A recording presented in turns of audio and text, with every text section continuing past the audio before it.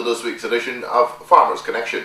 Farmers Connection is a presentation of the Ministry of Agriculture and is brought to you in association with the National Agricultural Research and Extension Institute, NARIE. On this week's program, we bring you highlights of the open day hosted by NARIE on Thursday last at the Mon Repos station. At that function, the officials there took the opportunity to launch a new booklet that highlights various aspects of the Institute's work over the past years and the achievements they've realized thus far. A simple launching ceremony preceded the activities at the station there on Thursday, and we bring you highlights of that opening ceremony on this week's edition, and we also will bring to you snippets of the various achievements at NARIE thus far. Research scientists there have been working very hard, and they've come up with some great achievements thus far.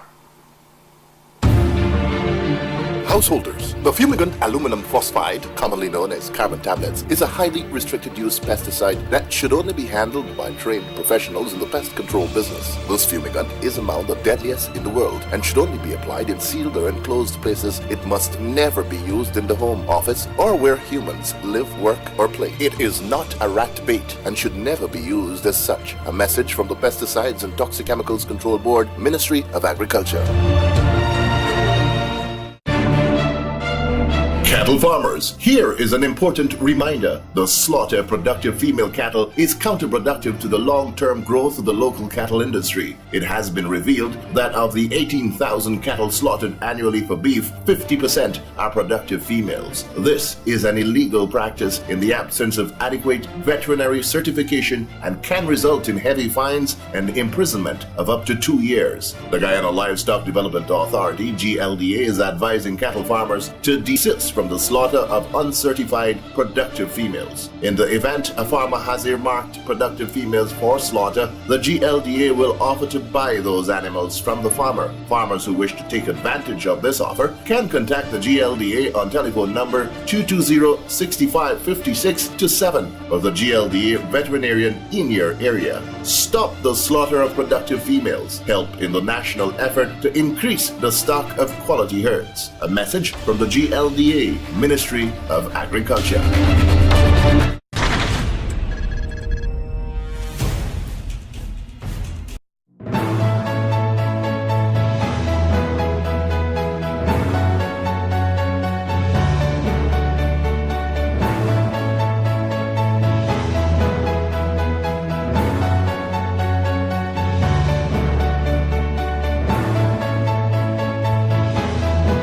Guyana's move towards a green economy is gaining momentum. All government ministries and agencies are working hard in this direction as every effort is being made to get the citizenry involved at all levels. Leading this charge is the Ministry of Agriculture. Speaking at a national tree planting exercise in Bartica recently, President David Granger announced a 5-point plan that will see Guyana realizing its charter towards a green economy. The head of state told that gathering that a green economy was part of his administration's overall effort towards the long-term development of Guyana. He explained that it is aimed at the long-term well-being of all Guyanese and is aimed at reducing social inequalities and promote sustainable environmental practices. The planting of a tree by all Guyanese across Guyana marked the start of the national effort towards a green economy. On Thursday last, the National Agricultural Research and Extension Institute, NARIE, hosted an open day that allowed for the general public and school children to see the achievements of the entity to date. NARIE is one of the agencies of the Ministry of Agriculture charged with leading this effort to a green economy, factoring in the imminent realities of climate change and agriculture and the urgent need for crop diversification. Part of the day's activities included the launch of a booklet produced by NARIE that highlights the efforts and achievements of the Institute. Speaking at the simple launch, CEO of NARIE, Mr. Udu Homnot, explained the concept behind the booklet. So we thought it would have been useful to do a booklet in a booklet form information on exactly what green agriculture is, so that all our staff members out there, if they're asked the question, will be able to see what green agriculture is and how green agriculture can benefit agriculture generally in Guyana. And we have included some of the practices. I'm not saying that this is all exclusive, but we would have included some of the practices that we here at NARIE have been doing and intend to intensify.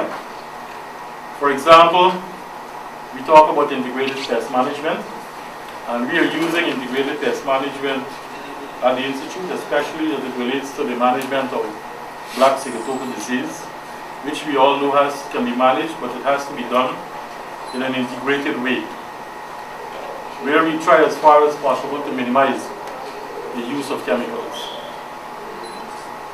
We also included the use of, as another part of green agriculture, the use of pheromones. We have that on display here this morning. In fact, all of these, the practices that we are talking about here in the booklet are being demonstrated at various points in the corridor here. We couldn't go outside because of the heat, as most of you may know. But there are demonstrations of all these practices at the various locations. Vermicomposting as a means of producing on-farm fertilizer is something that we would like all farmers to get involved with. Because only at the, if you recall at the World Food Day, His Excellency the President talked about climate resilient practices, and we need to promote climate resilient practices in agriculture, especially at this time when it's so very, very dry, and we expect this period to continue until June of next year. So we are in for a very, very long haul here. And I was telling Major General not so long ago, right now the savannas are burning. For example, luckily we have staff up there that are trying their best to save the orchards and so that we have at this point in time. Naturally burning, so we'll have issues with pastures there. Of course, shaded cultivation is on the rise, again as a climate resilient practice. We will see that as well today, and we have been expanding, and we continue to expand on shaded cultivation that incorporates efficient water management techniques. We are in the process of finishing one as we speak at the Berbice campus, so that one will be in Region 6, so the students and farmers can get involved. Incidentally, we had proposed a date with the 28th of this month for the launching, but that would not be possible any longer. Myself and Mr. Garnett were there on Tuesday, but there have been some hiccups, not from our end, but I wouldn't want to say the reason at this forum. But it will be deferred by about 2 weeks. So it's something that is on the ground. We welcome Dr. Mahendra, another board member, and he also heads the research programs committee. I should point out that Mr. Ramnarayan heads the plant protection subcommittee of the board. So shaded cultivation, especially at this time, we have been getting a lot of requests for materials to use for shade. Luckily, NARIE is in possession of different types of shade material, plastics, plastics, mesh, and all the different types of irrigation systems, which we are going to be making available. A number of requests are coming in, and through this forum, farmers are encouraged to contact us for those types of material. Of course, there is a cost attached to it, but the cost is highly subsidized at this time. We have spoken a lot about the tree planting exercise. I don't want to say anything further on that. The staff of the Institute did participate in this exercise just before, and some of them are here. I hope they're watering their plants. They're shaking their head and telling me yes, because unless we can't plant them and leave them as some people may expect. And the other practices would be like, some of the other practices include the use of inoculum for bean production, again to reduce the amount of nitrogenous fertilizers that we use. Of course, mangrove, we have been doing that for a number of years, mangrove restoration, which you see as soon as you get in here, and the importance of mangroves with respect to carbon sequestration and many other benefits, as you will see, including improving livelihoods in some communities, especially in relation to honeybee. And of course, last but not least, solar drying. And that is something that is being expounded on, the use of green energy. And solar energy is something that is very, very useful for drying. It's a form, obviously, also processing for me. This has taken up with a number of persons that are getting involved. Recently, I'm aware that company Global Seafoods is using solar drying for fish. There's another gentleman on the East Bank who has already gone into using that technology for fish drying. So it gives us at NARIE some amount of satisfaction that some of the technologies that we would have developed are now being used by the private sector. So the information here, I believe, is useful for those who need to know a little bit more. And as we were saying, this can be further expanded to writing a book, maybe later on all these different technologies, which I hope somebody will want to undertake sometime later down the road. Hopefully we get some sponsorship. This has been strictly a NARIE presentation, exclusively, done by NARIE and the staff of the Institute. I might have spearheaded it. The contributors are mentioned. I wanted to ensure that they were given credit together with the person who designed and did the layout. Where is she? Somewhere around Annette Miller. So it shows that at the level of the Institute we can do some of these things internally. There was no external help or external funding for this particular booklet, which we will hope we will be distributing today. At least all staff members will have a copy. Chairman of the Board of Directors of NARIE, Major General Retired Brigadier Joe Singh, in his remarks, lauded the efforts of the board in preparing the booklet and for their many successes to date.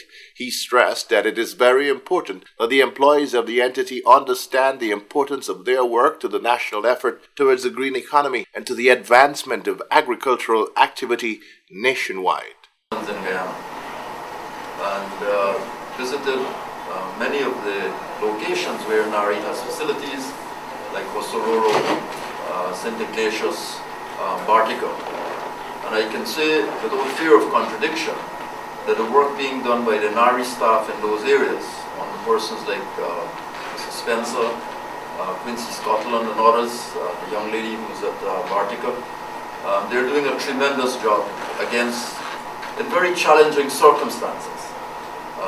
Lack of logistics or inadequate logistics, so movement is restricted, especially in very tortuous terrain. And as pointed out, we are in the midst of an El Nino situation. I remember in 1997, 1996 actually, when the savannas were burning. In fact, you could drive along the Linden Highway and there was so much smoke that you had to put on your headlights during the day. The mountains were on fire.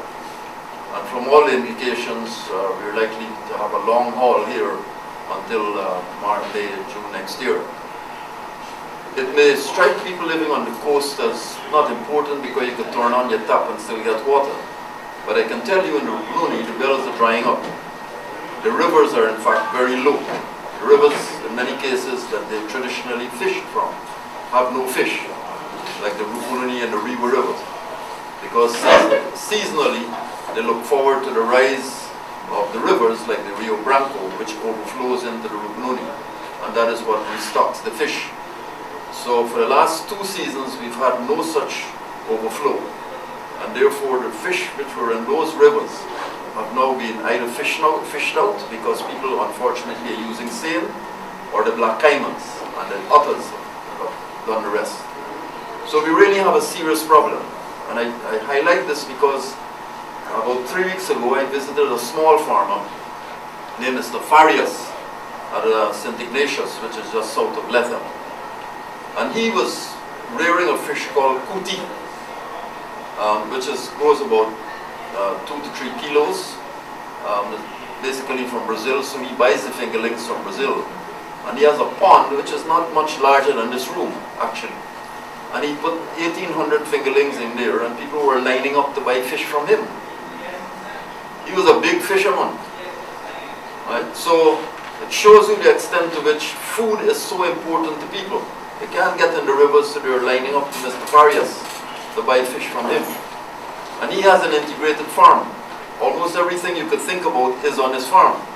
It doesn't look like a farm because it's surrounded by forest or scrub. But I guarantee you that if you ask him for a particular, whether it's passion fruit, bitter cassava, sweet cassava, plantain, cayenne, or it's there on his farm. And this is a homestead. And more people are turning to that. In the Northwest District, in Madhya, in Region 8, many of those persons who were involved in mining, small miners, find that mining is no longer paying them because it costs the production of gold for them is about $1,000 US an ounce. And if the price of gold is just 1,100, it doesn't really pay them. So many of them now returning to the farms. In the Northwest, you find agricultural leases, which had been given out many years ago, have lapsed.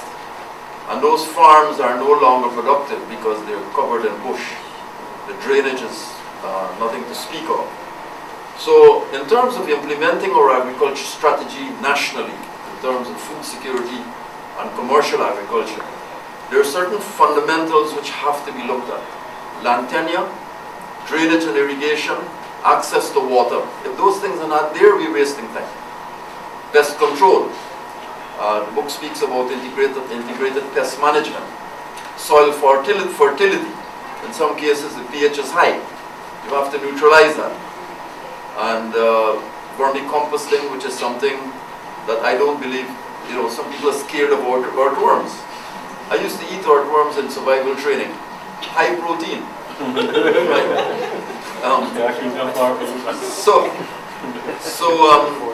These are things we have to get accustomed to, the drip irrigation. There's a gentleman called Mr. Sugar Raghuveer who has a farm at Hope Estate.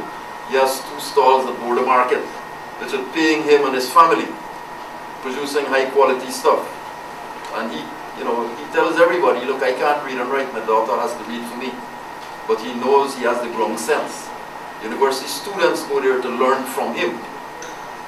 So, why am I saying all of this? Because, as I mentioned to the principal of GSA when we were outside, I learned to my horror that the last batch of GSA students graduated about 120 or 130.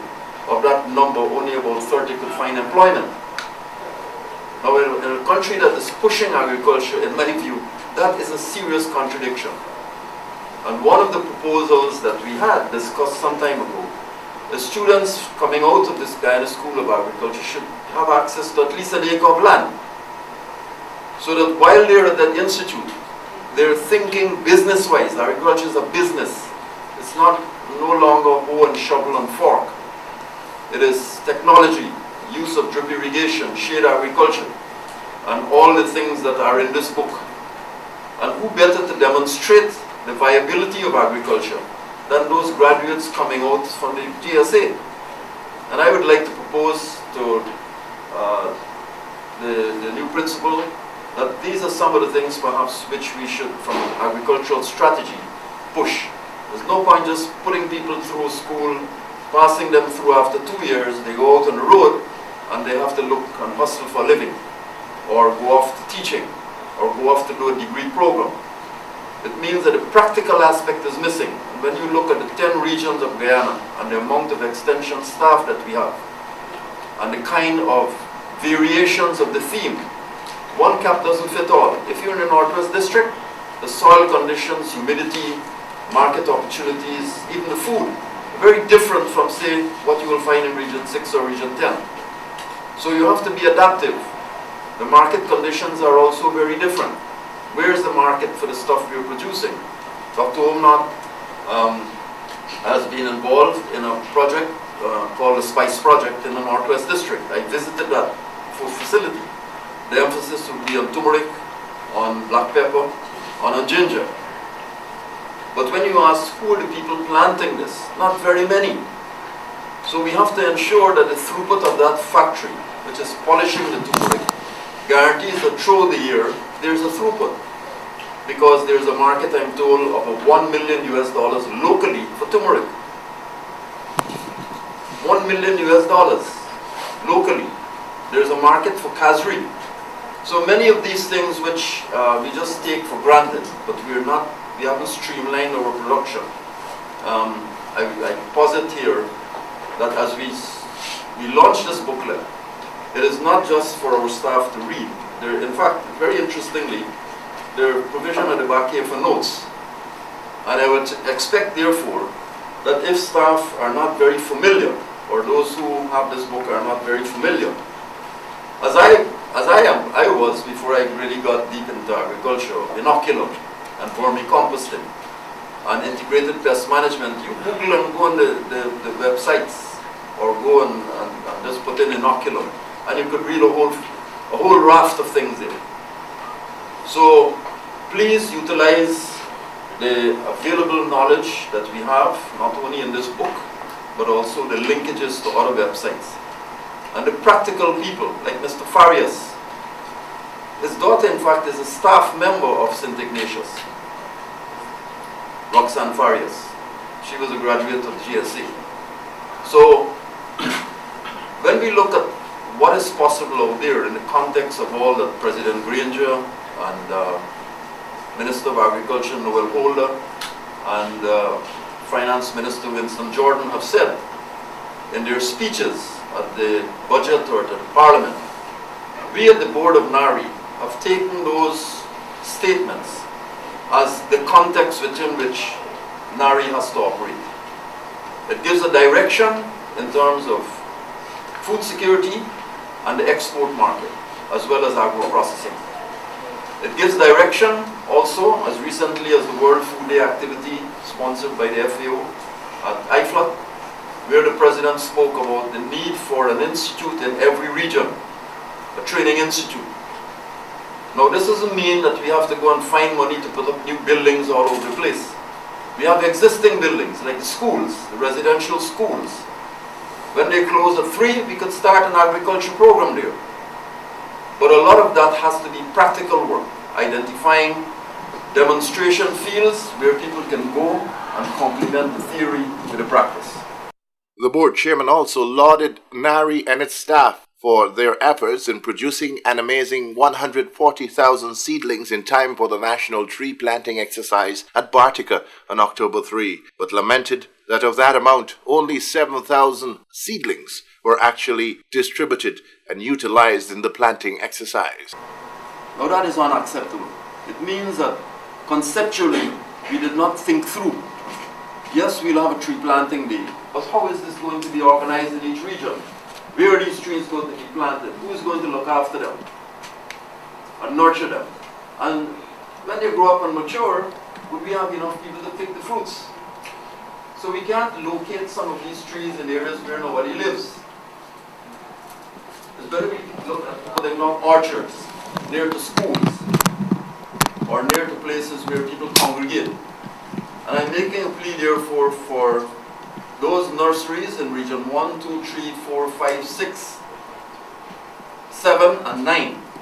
I don't know, we don't have any in region 8 and region 10, but they should be able to benefit from Hyruni or Vera. So all regions need to collect plants from the NARIE nurseries within their region, ensure that they make a concerted attempt to network with the people within their region and ensure these trees are used for the purposes intended. And it's not just a cosmetic exercise where you dig a hole, put the tree in, say we took part in tree planting exercise and forget about it. That's not the way we will build agriculture strategy. Thank you very much.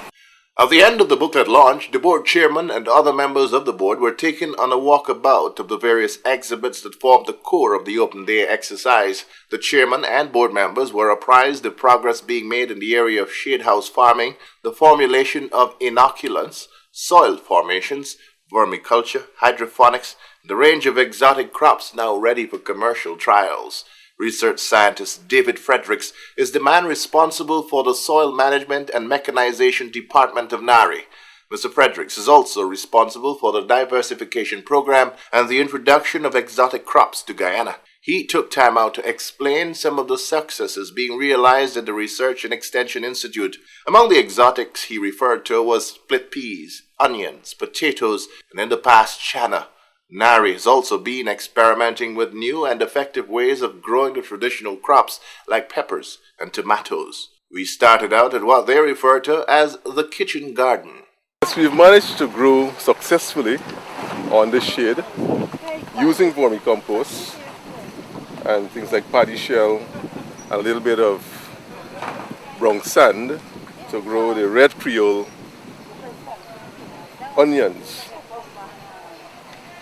Now these onions you can have bulbing in as short as 49 days now under the shaded conditions. And within 100 days you could have it fully mature, and within another 42 days you can have it cured and ready for use on the table. Within the size of one onion, it's about average 67, more like 70 grams. Each one of the onion bulbs would be producing right now. So within 149, 150 days, you have a full crop of onions. Okay, so what else have you done? Let's talk about the tomatoes here. Tomatoes. Well, tomatoes, I think most people would grow tomatoes in their kitchen garden and for, consumption on the table. Domestic consumption, lots in the market. But with these tomatoes, we're trying to experiment using some different methods of growing. I think if I... Oh, here. We have a shot of this. Okay, what we are attempting to do here is to grow tomatoes not just in the vertical way, 90 degrees from the seedling stage, but we're trying to produce the seedlings in such a way that it works. You plant it horizontal or the normal vertical way, and then you turn the tray horizontal or vertical so that the tomatoes would tend to grow with a little curve and become vertical eventually. The idea here is what you find is that as the tomato seedling curves, you tend to have a lot of more root development. And so we're trying to translate between producing a lot more roots within the seedlings so that when you plant, you have more avenues of collecting food and nutrients from the soil. And so what we're about to do here is a comparison between those that were germinated and grown as a seedling in a vertical way as opposed to those that were germinated and produced a seedling with a 90-degree curve. And those are the ones we think are going to be having many more roots and so many more avenues to take up nutrients from the soil. And so by the end of the trial, we expect to be able to determine if the production level within those that were grown in the 90 degrees angle are higher than those that are growing normally, just based on the quantum of roots you're going to have when you do the 90 degrees turn within the seedling stage of the plant. We also have a new method of planting and growing potatoes. I think the last time we would have spoken, you would have seen potatoes grown in the shade house. We had some very good crops, and the average size of one of the potatoes was about 245 grams. Now we're trying to grow it using a slightly different method, but one that probably you can do in your kitchen garden, in your backyard, in any small space. This is a 2 feet by 2 feet box. And what we're going to do, we're going to plant the potatoes, and as it grows, we're going to be mulching it up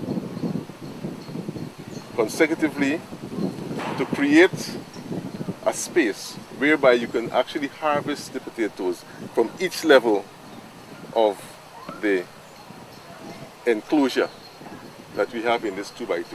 So if you have 6 of these, for example, slots, and you're able to mount the potato from the ground level right up to the 4 feet of the box, then you can go now and take out these slocks and start harvesting your potatoes from the bottom up. That is the plan with the potatoes. It's a method that we've tried, we failed twice, but we're going again. All right? That's just to maximize the space you do.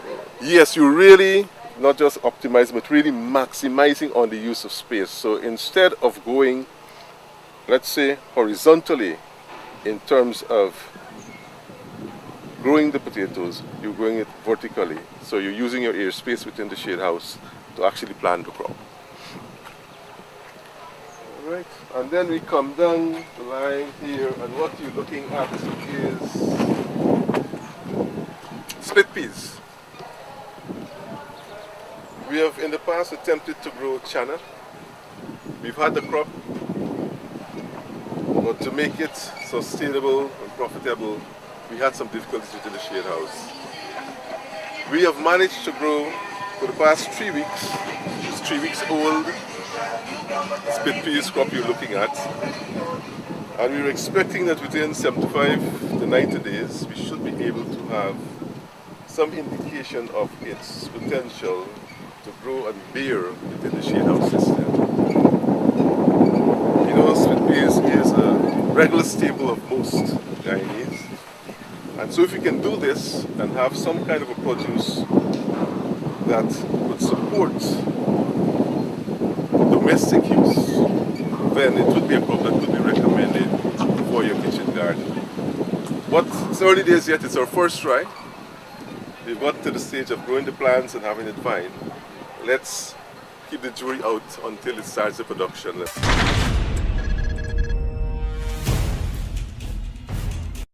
Okay, so now we're in the shade house where we're growing crops on raised beds. These are beds that have been raised just about 2 feet off the datum of the ground floor of the shade house.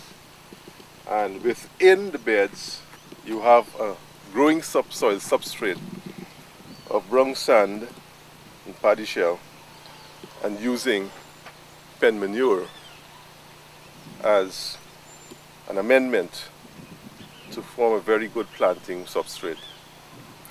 What we're looking at here is sun hemp that we're using within the sandy soils. Just to back up a little bit, a number of persons who are using shade houses to grow their crops, they're having a difficulty because of the sandy type soils that they're using, in that the sandy type soils attracts nematodes. And so, having done 1 or 2 crops, you end up with a very severe nematode infestation, and your crops like tomatoes or poi or any other vegetable crops, it's difficult to have a sustainable produce. What we have found is that by growing the sun hemp on these soils, it has a residual effect of 90 days. That is 90 days you're going to be free of any nematodes within that soil.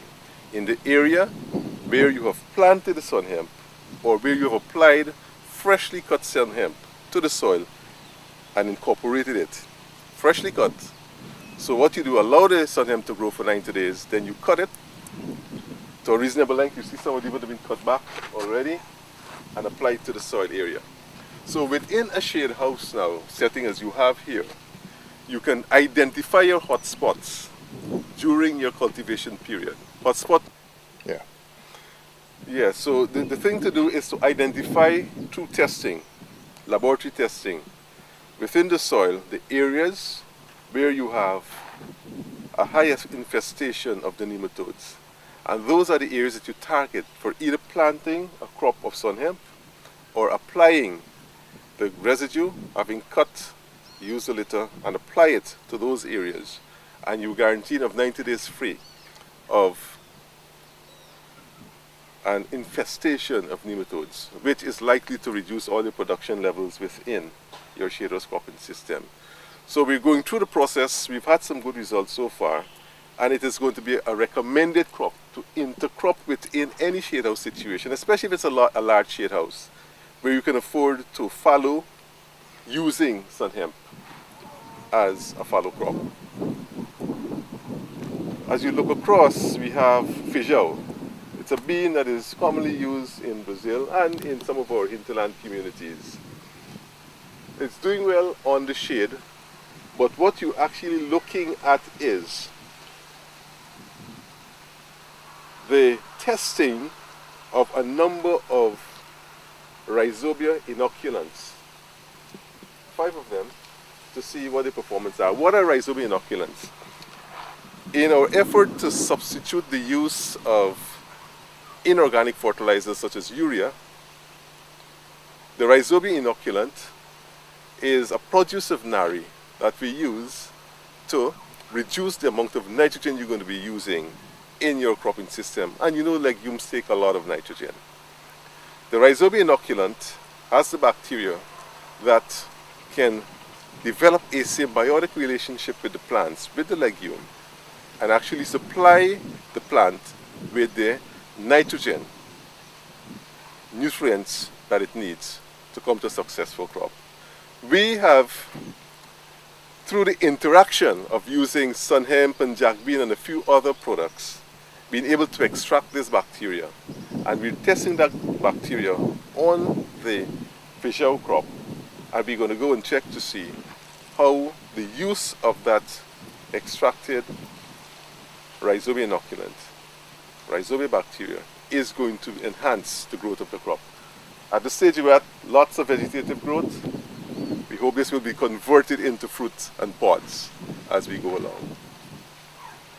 Alright, so that's the 2 things. So most of the farmers who are into legume production and have been associated with NARIE and probably listening to this telecast, they know that they can come to NARIE and receive adequate amounts of the rhizobia inoculant to use in their crops. The format that we take, or the form in which we distribute, it's in a form that it comes in a package where it is placed within charcoal.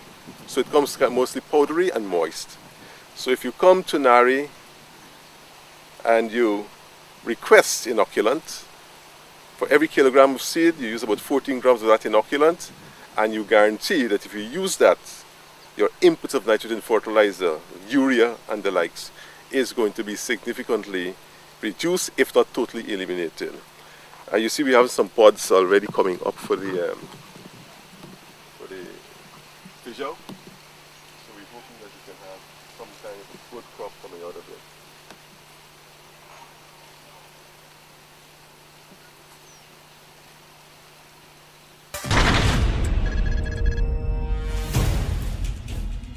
We would have spoken about the inoculant, the rhizobia inoculant. This is the form it's at. This is the charcoal. You can actually see charcoal. So when you come to us, this is what you're going to have, a little bit of black dust. Not gold, but probably could be of equal value. And it's within this that you have the bacteria that you're going to coat the seeds, which we say inoculate the seed. Inoculate the seeds. So these are actual seeds that has been inoculated with the rhizobia, the inoculant. So this is ready to plant. Okay, so you see inoculated, seed coated with inoculant, inoculated seeds. What you're looking at here, okay, you will see that this is ProMix. This is a commercial substrate that is on the market, that is being imported to Guyana, that a lot of farmers would use in their seedling production. What is so special with ProMix? ProMix has the mycorrhiza. And this mycorrhiza is the algae that is responsible to improve the uptake of nutrients of seedlings. So by using the mycorrhiza, you're enhancing the ability of the plant as a seedling stage to take up nutrients. What we're doing here, we're trying a series of different substrates to see which of them is going to come as close as possible or even surpass the properties of the ProMix. Good, and I see Ms. Van Claveren, the lady, she's behind you. Yeah, she is the lady who is presently working on using a series of substrates. She has a series of substrates that consists of vermicompost, brown sand, paddy shell, and other compost material. And she's going to be applying the commercial mycorrhiza into these substrates and testing them against crops like tomatoes and peppers to see which is going to give you the best growth and production response. So the idea is at some point in time we will be able to replace the commercial imported ProMix with a local substrate that is suitable for seedling and crop production within all the shade houses and other cropping systems that we have in Guyana.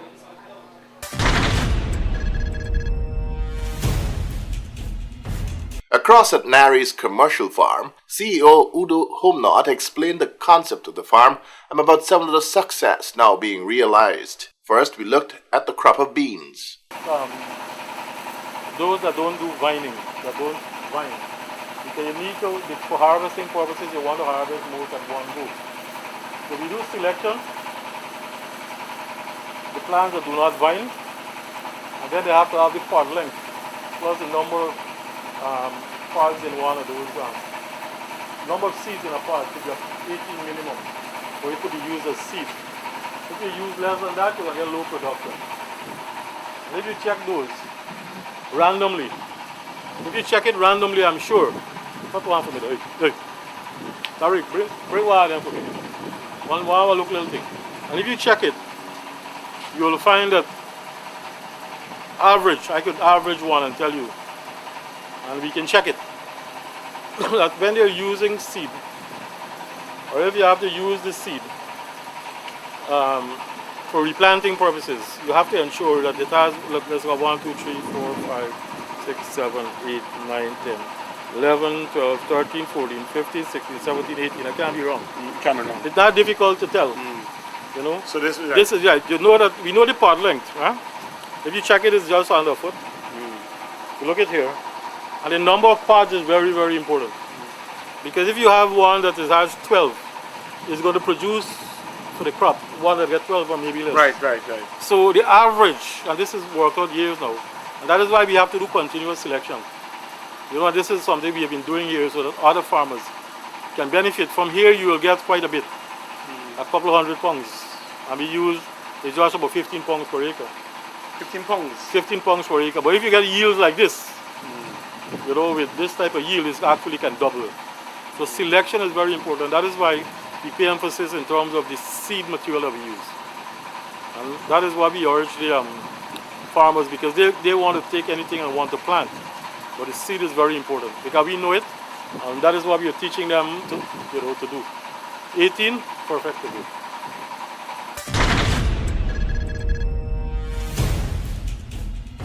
Actually, this is a farm where I refer to it as our commercial farm, because when we do an experiment on a small scale, that is on small plots, we need to expand and go to the size of at least a half acre.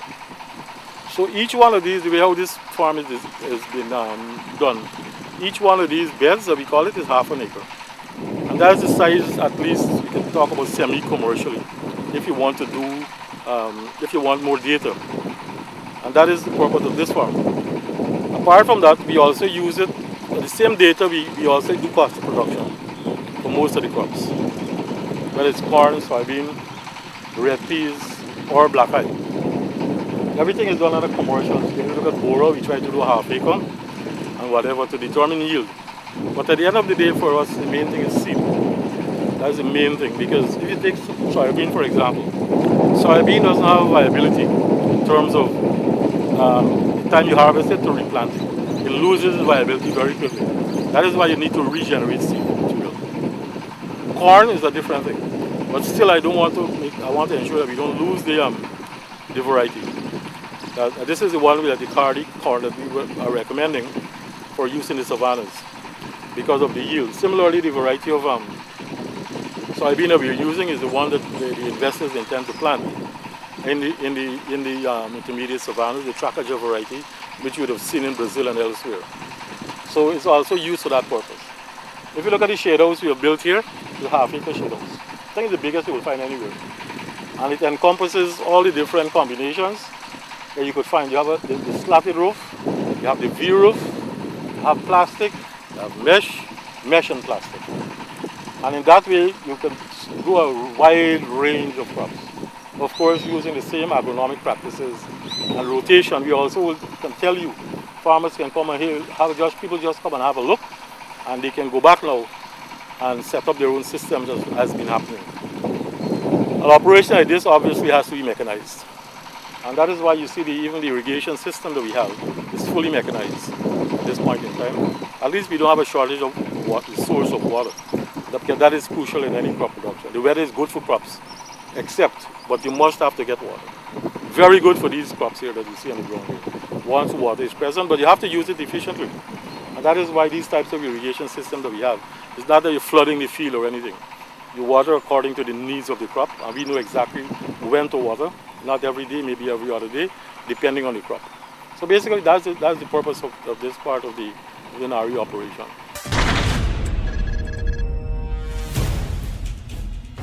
Also at the open day and part of our walkabout was Permanent Secretary, Ministry of Agriculture, Mr. George Jervis.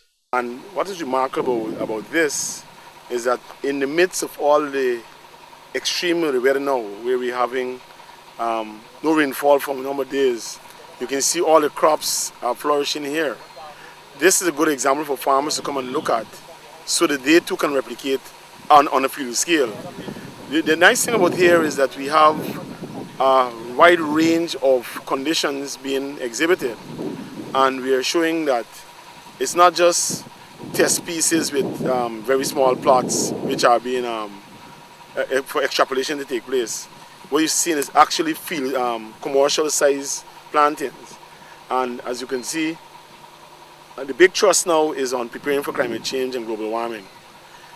This farm is demonstrating that notwithstanding water shortage, the plants will still flourish and bloom and give you yields that are comparable with the industry standards.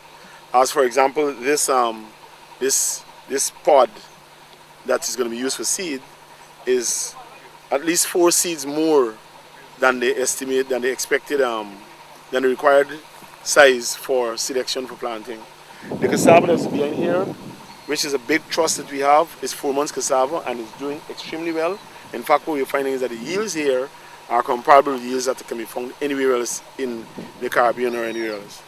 The soya, as Dr. Munato mentioned, is coming extremely well, and it will allow for us to replicate soya, corn, and the other important field crops that we have here.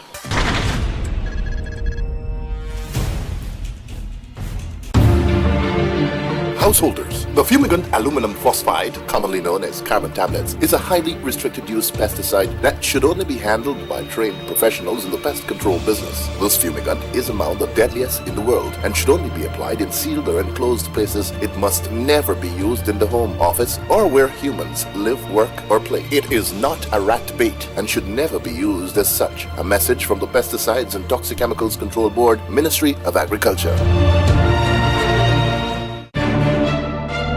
Cattle farmers, here is an important reminder. The slaughter of productive female cattle is counterproductive to the long-term growth of the local cattle industry. It has been revealed that of the 18,000 cattle slaughtered annually for beef, 50% are productive females. This is an illegal practice in the absence of adequate veterinary certification and can result in heavy fines and imprisonment of up to 2 years. The Guyana Livestock Development Authority, GLDA, is advising cattle farmers to desist from the slaughter of uncertified productive females. In the event a farmer has earmarked productive females for slaughter, the GLDA will offer to buy those animals from the farmer. Farmers who wish to take advantage of this offer can contact the GLDA on telephone number 220-6556-7 or the GLDA veterinarian in your area. Stop the slaughter of productive females. Help in the national effort to increase the stock of quality herds. A message from the GLDA,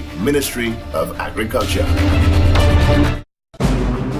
Farmers and householders, pesticides and other chemicals used on your farms, gardens, and in your homes are dangerous and can result in death or serious injury if mishandled. It is important to ensure that all pesticides and toxic chemicals be secured in a locked cabinet away from children. Never store pesticides in the same space as food, animal feed, or other supplies. A message from the Pesticides and Toxic Chemicals Control Board.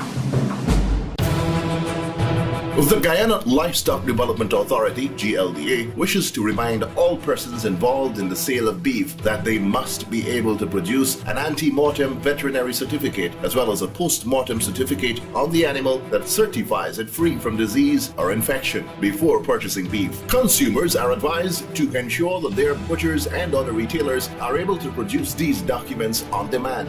A butcher's failure to have these important and legally mandated examinations done before and after slaughter could expose consumers to dangerous diseases such as tuberculosis and other foodborne diseases that can result in serious illness and even death. Symptoms of food poisoning include severe cramps, fever, vomiting, and in extreme cases, severe organ failure that could be fatal. Safeguard your family. Ensure that the beef you buy is certified safe for human consumption. A message from the Guyana Livestock Development Authority, Ministry of Agriculture.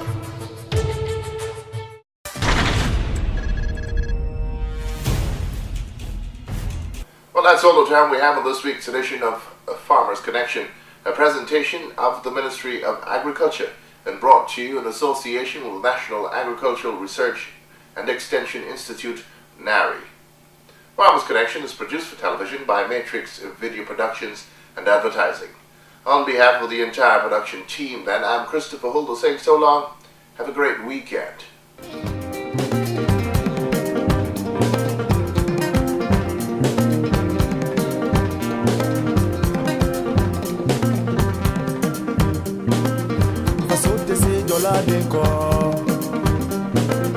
Masoka nini horonya ye